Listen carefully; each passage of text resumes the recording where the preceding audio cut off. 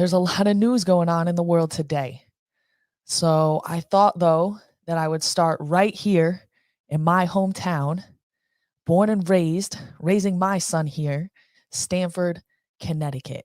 And so out here in Stamford, we are having a battle that we see so many places across the country, and that is getting the mask off the kids. And you know what? It's really not so many places in the country. I guess because I live here and I'm in the thick of it, it feels like that. But there's only, I believe, 6 states left where school mask mandates are in place.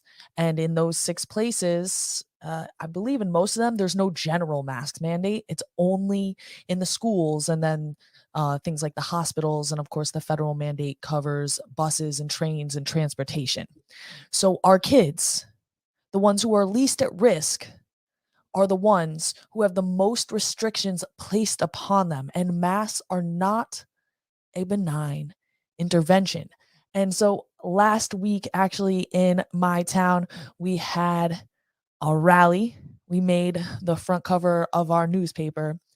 And following the rally, our board was supposed to vote on whether or not they were going to defer the choice to wear a mask back to the parents, take the power away from the superintendent and the health department who they had granted it to, rescind that power, and give it back to where it belongs, the parents.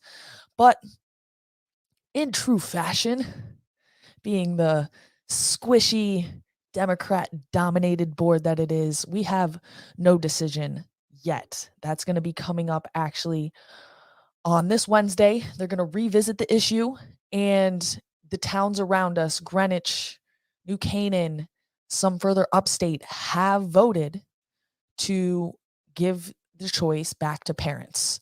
And so just a little bit more background on that is in Connecticut, the Governor Lamont, aka King Lamont, has made it a state mandate that kids wear masks in schools. However, March 1st, that power kicks back down to the locality. So the state mandate is going to lift, and then basically your local Department of Health and school board get to decide what the policy is going to be.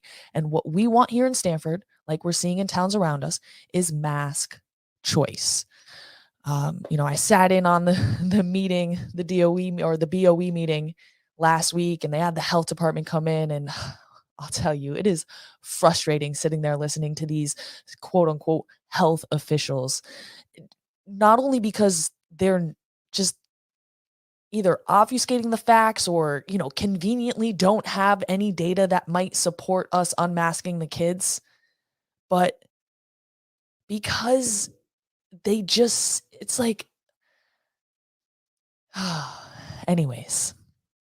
So I sat through that meeting, and I am hopeful. We're doing a lot of action here on the ground. We have Stamford Parents United, a website that we built. We have over 200 people who've signed up to receive our newsletter.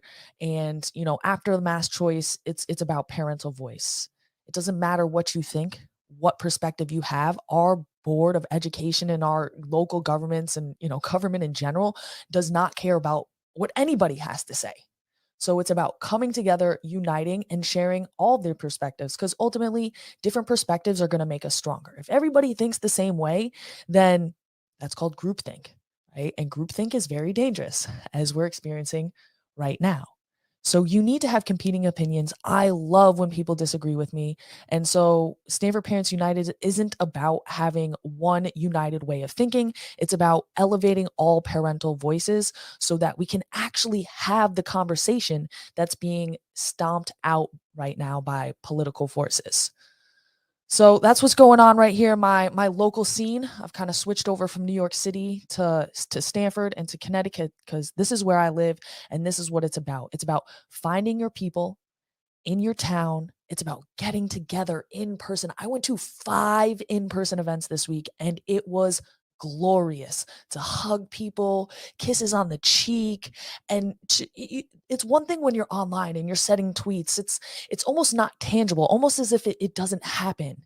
It can feel very helpless. But when you're out there and you're getting things done and you're meeting people and you're making plans and you're putting them in action and you're having rallies and you're speaking to politicians and you're going to the meetings and you're seeing the policy, it makes a difference. So get out there, find your people in your town. If you don't have one, start a website, start a mailing list. That is exactly how we got started here in Stamford. We just started a website. In Greenwich, they have the Greenwich Patriots. Woman Jackie, she just started a mailing list, and now she has hundreds, if not thousands of people who she mails it out to. So there's not something there, start it. If it's just you and one other person at first, great. Then the next week it'll be one more. Then the next week it'll double, and so on and so forth.